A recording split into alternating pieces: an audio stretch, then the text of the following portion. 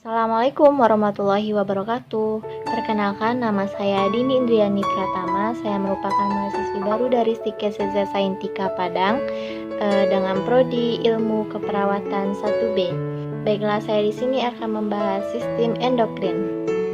Disebut dengan endokrin karena di dalam tubuh kita terdapat dua kelenjar, yaitu kelenjar endokrin dan eksokrin. Endokrin yaitu kelenjar menghasilkan hormon yang tidak memiliki saluran pembuangan atau buntu, sedangkan eksokrin yaitu kelenjar menghasilkan enzim yang memiliki saluran pembuangan. Contohnya seperti kelenjar keringat dan kelenjar minyak. Dan sistem endokrin ini secara kimiawi hormon dibagi menjadi 3 kelas, yaitu hormon steroid, hormon peptida, dan hormon derivat atau asam amino. Jadi sistem endokrin ini merupakan sistem yang mengatur serta menghasilkan hormon-hormon yang dibutuhkan oleh tubuh manusia. Sistem endokrin pada manusia mempunyai hubungan yang sangat erat dengan sistem saraf pada manusia. Kedua sistem ini berperan dalam mengontrol dan memadukan satu sama lain. Ini kelenjar endokrin.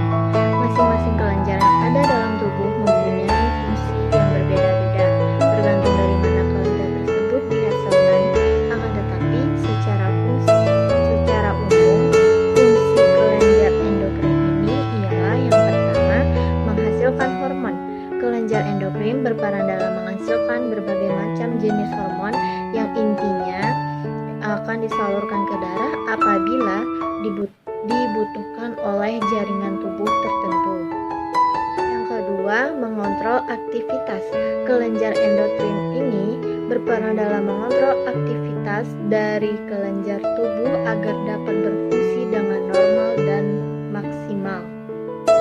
Yang ketiga, merangsang aktivitas. Kelenjar endokrin juga berperan dalam merangsang aktivitas kelenjar tubuh untuk kemudian disampaikan ke sistem saraf dan menciptakan suatu efek dari rangsang tersebut. Yang keempat, pertumbuhan jaringan. Kelenjar endokrin ini juga mempengaruhi pertumbuhan jaringan manusia agar jaringan tersebut berfungsi maksimal. Yang kelima, mengatur metabolisme. Kelenjar endokrin juga berperan dalam mengatur metabolisme dalam tubuh, sistem oksidasi tubuh serta bertugas untuk meningkatkan absorpsi glukosa dalam tubuh dan pada usus halus. Yang keenam, metabolisme zat. Kelenjar endokrin berperan dalam mempengaruhi fungsi metabolisme lemak, vitamin, metabolisme protein, mineral, air, dan hidrat alami dalam tubuh untuk agar optimal.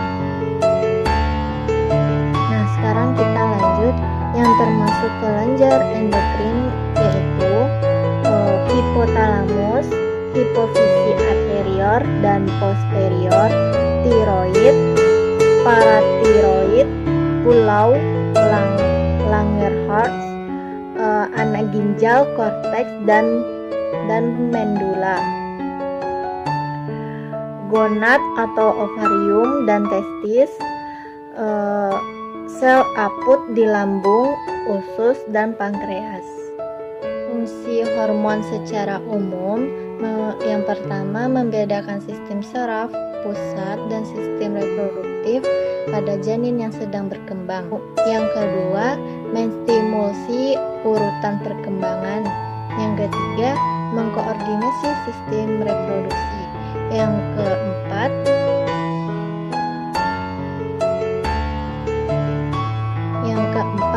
memelihara lingkungan internal optimal.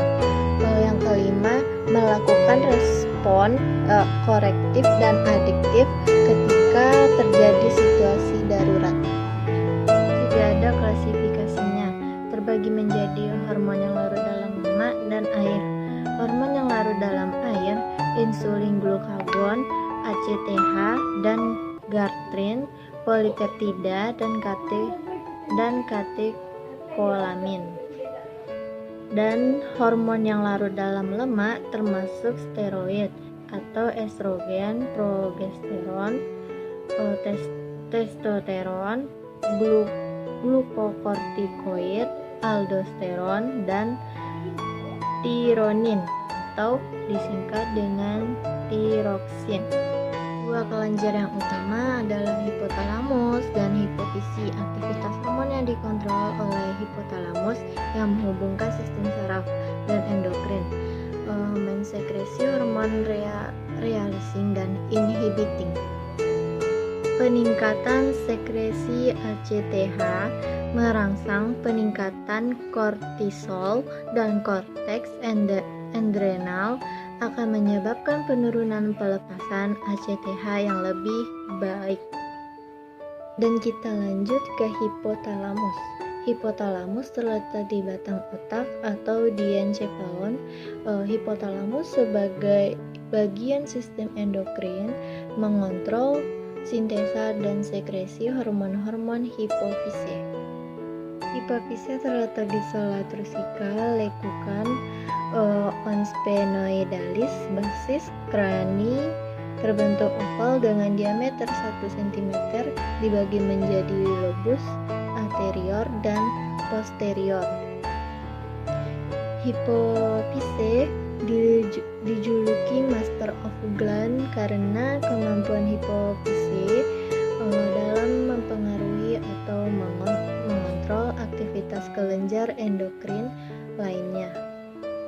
Kelenjar tiroid terletak pada leher bagian depan, tepat di bawah kartilago krikoid di samping kiri dan kanan trakea.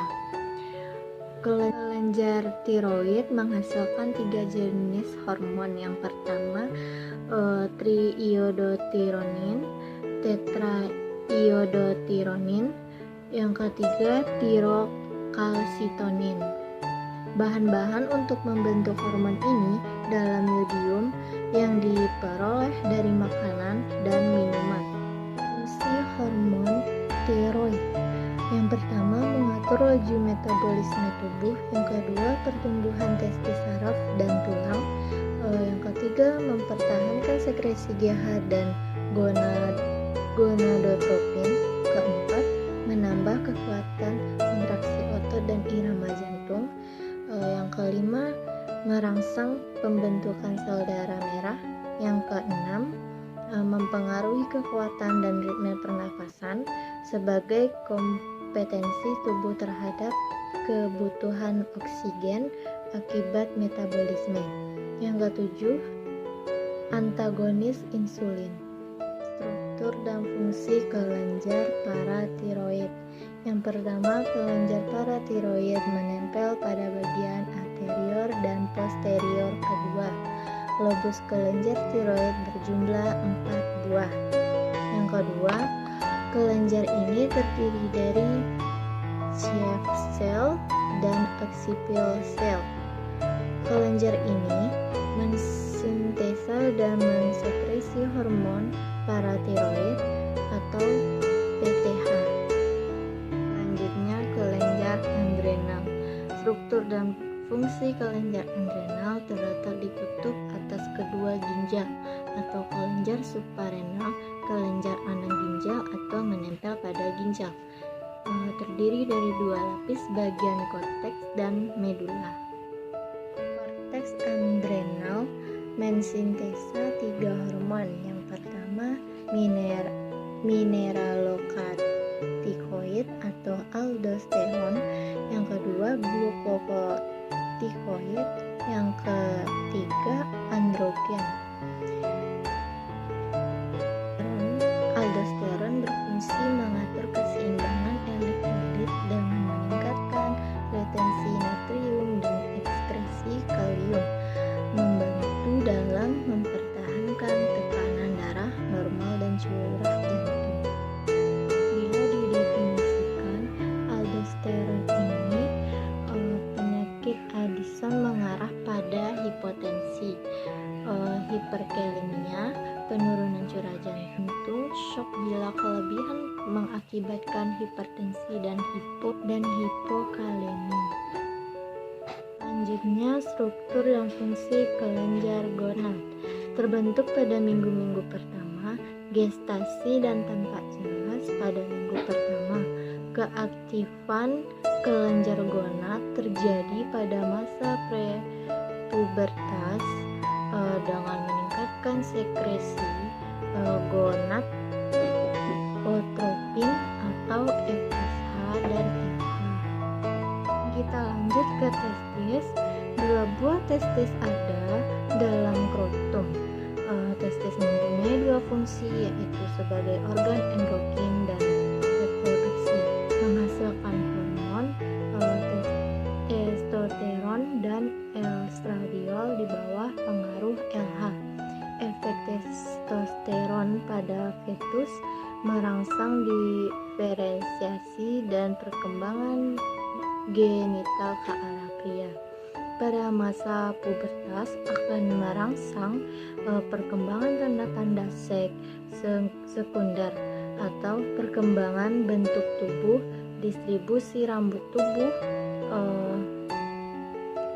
pembesaran laring, penebalan pita suara, pertumbuhan dan perkembangan alat genitalia. Terakhir, ovarium. Ovarium berfungsi sebagai organ endokrin dan reproduksi. Sebagai organ endokrin, ovarium menghasilkan hormon estrogen dan progesteron. Sebagai organ reproduksi, ovarium menghasilkan sel telur atau ovum yang setiap bulannya pada masa ovulasi siap untuk dibuahi sperma. Estrogen dan progesteron akan mempengaruhi perkembangan seks sekunder, menyiapkan endometrium untuk menerima hasil konsepsi serta pertahanan laktasi. Sekian video materi dari saya, semoga bermanfaat. Assalamualaikum